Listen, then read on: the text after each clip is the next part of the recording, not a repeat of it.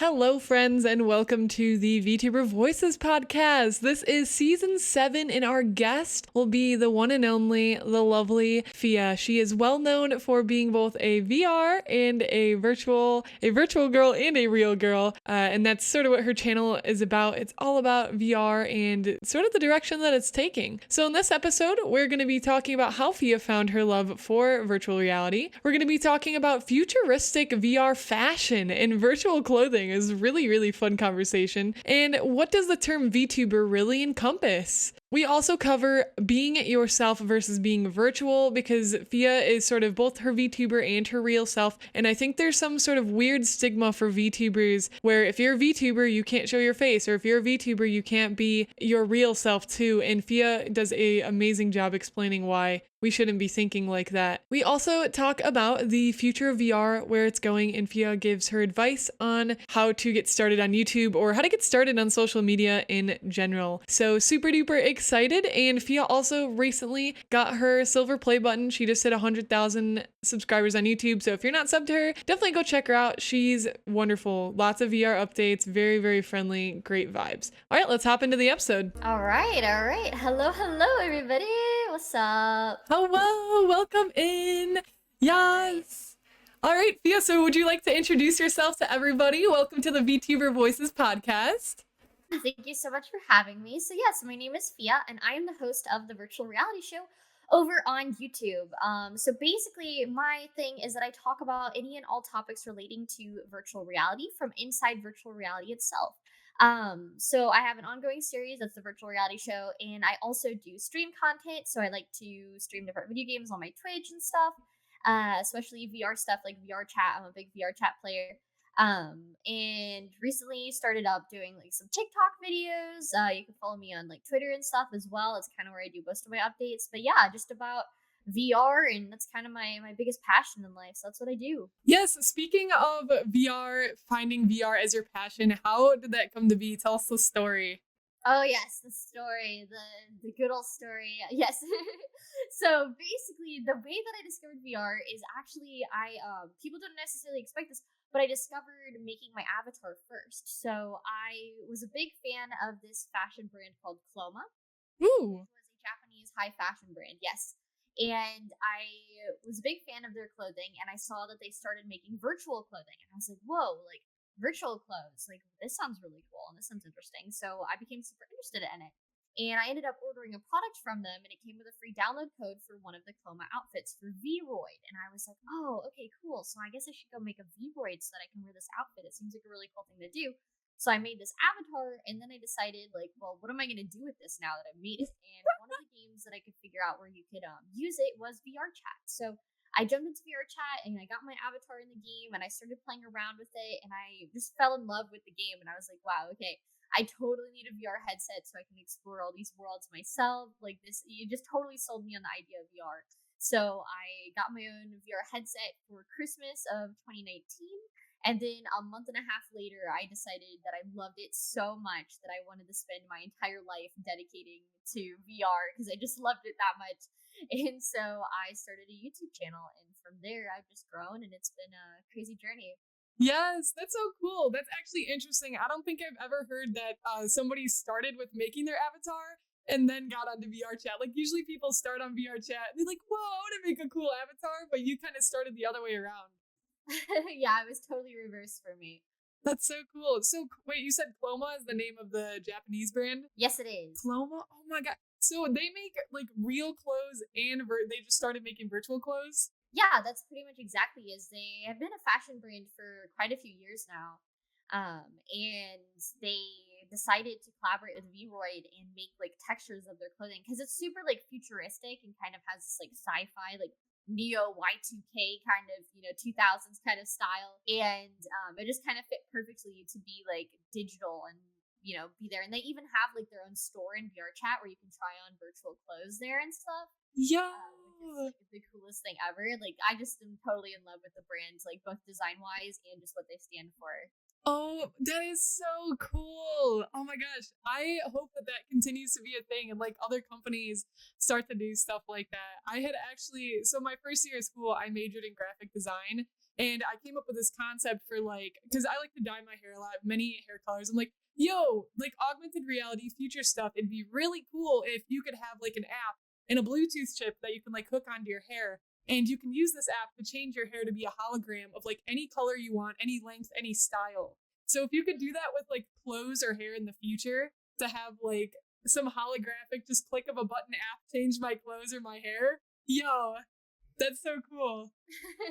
Yeah, totally all about that kind of like futuristic fashion stuff. It's definitely some really cool ideas. Yeah, and I feel like Paloma's on the way to that. And again, hopefully they influence other people to also start doing that. Super cool. Yeah, really hope so. Yeah. So I know that you were considering yourself like a virtual girl before VTubing really became a thing. So do you consider yourself a VTuber? How do you feel about that term and how that plays into your content? Yeah, so I'm definitely a VTuber. You know, I fit under the standards for it, and I do consider myself a VTuber. However, I do like to distinguish myself a little bit because I don't think I'm kind of following the traditional route. I prefer to use just the full term virtual YouTuber. Yeah. That's really what I am at the core. Is I'm a YouTuber making content for YouTube, and you know, I try and keep it pretty educational and informative, and you know, entertainment and stuff like that. And I'm just so happen to be using a virtual avatar to do it. Yeah. I feel like a lot of VTubers are actually just streamers and they play different games and stuff like that, and they have communities built around their avatar design. So I think that's all perfectly fine stuff, but I do think what I'm doing is slightly different, even though I still fit under the general umbrella term. Yeah. Yeah, I like that this like the sort of split though that you have going on there from like VTuber, but you call yourself a virtual YouTuber instead.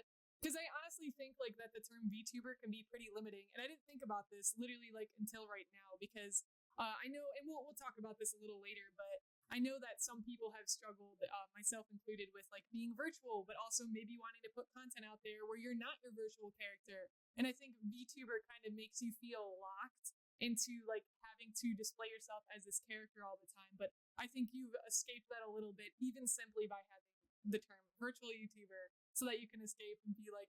And I like how like your intro or your bio and stuff says, "Be like, I'm a virtual girl, or am I a virtual girl, or a real girl? Who knows?" Like it's such a cool like way to play your brand up. Yeah. Yeah. It's definitely important to me to kind of highlight both aspects of myself and not limit myself to one type of content, because I feel like you know that's what VR is about. Is having a headset is just like your I don't know. I like to think of it as a car. You know, Yeah. like it's your vehicle to the virtual world. Yeah. Virtual world. And so, you know, you still exist in both worlds. It's just the headset is what takes you from one to the other. Yeah. Oh, I love that concept. That's so cool. So, did you have in mind before you started your channel that you wanted to include both yourself and your virtual character, or did you introduce that later? How did you sort of deal with that mentally? Yeah, no, it was always about being real and virtual. That Yeah. start. Okay, so obviously when I created my model, I created it to look like me. Yeah. So when I was wearing my like IRL clothes versus my virtual clothes with my cloma, I wanted it to like, you know, like mirror itself and be like, hey, this is me, but instead I'm virtual and my avatar is me. So that was always really important to me when I went into making content, that I was like, I don't want to just limit myself to being virtual, because I feel like both of my bodies are my real bodies. Like these are both aspects of myself, and I don't want to just close myself off to one or the other. Yeah, I think that takes a lot of self-awareness to have too. And I've consumed like a lot of different content just about growing on YouTube, like from courses to just everything. I've done so much. And one of my favorite influencers, his name is Sean Cannell, and he talks like one of his number one things he talks about is start with the end in mind. And it sounds like you really started with the end in mind. Like you search for that purpose about what your channel is and who you want to be, and you've lived by that ever since. And I think that having that grounding like stone and setting that before you grew and before all this stuff happened really makes you feel like all the decisions you've made on your channel have been like your own decisions and not influenced by I feel like I should do this or I feel like I should do that.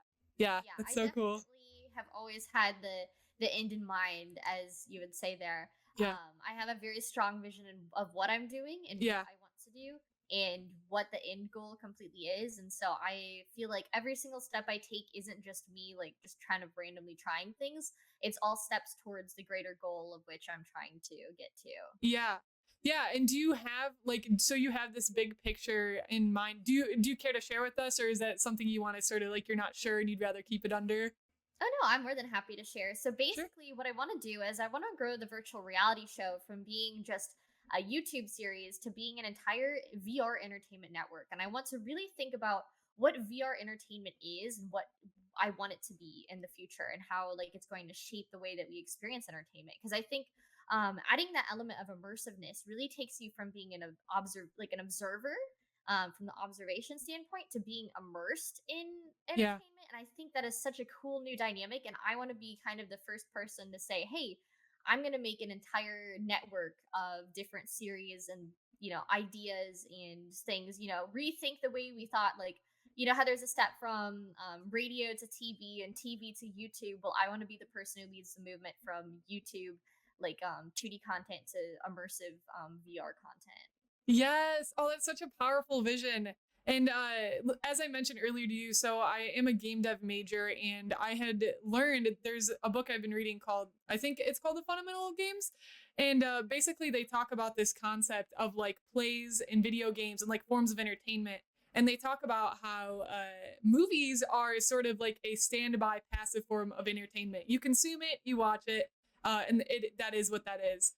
For like plays and theater is also, it's sort of passive, but if you're in the play, if you're in the movie, that's again immersing yourself more. You're like, you now are physically a part of the entertainment. So in video games are another one where it's like it's not as much a presentational form as it is you get to make choices and you get to influence what happens. And I think VR becomes like that third step. It's not a presentation, it's not just like participating, but like you said, now you're immersing. So it's like there's three different steps of entertainment, and VR is the third one where we just keep diving deeper and deeper into like the fantasy realms. Mhm. So do you have any advice for starting on YouTube? A lot of people in our audience are VTubers or artists that are trying to figure out, how to start their own business, how to start their own brand. How do they do this thing?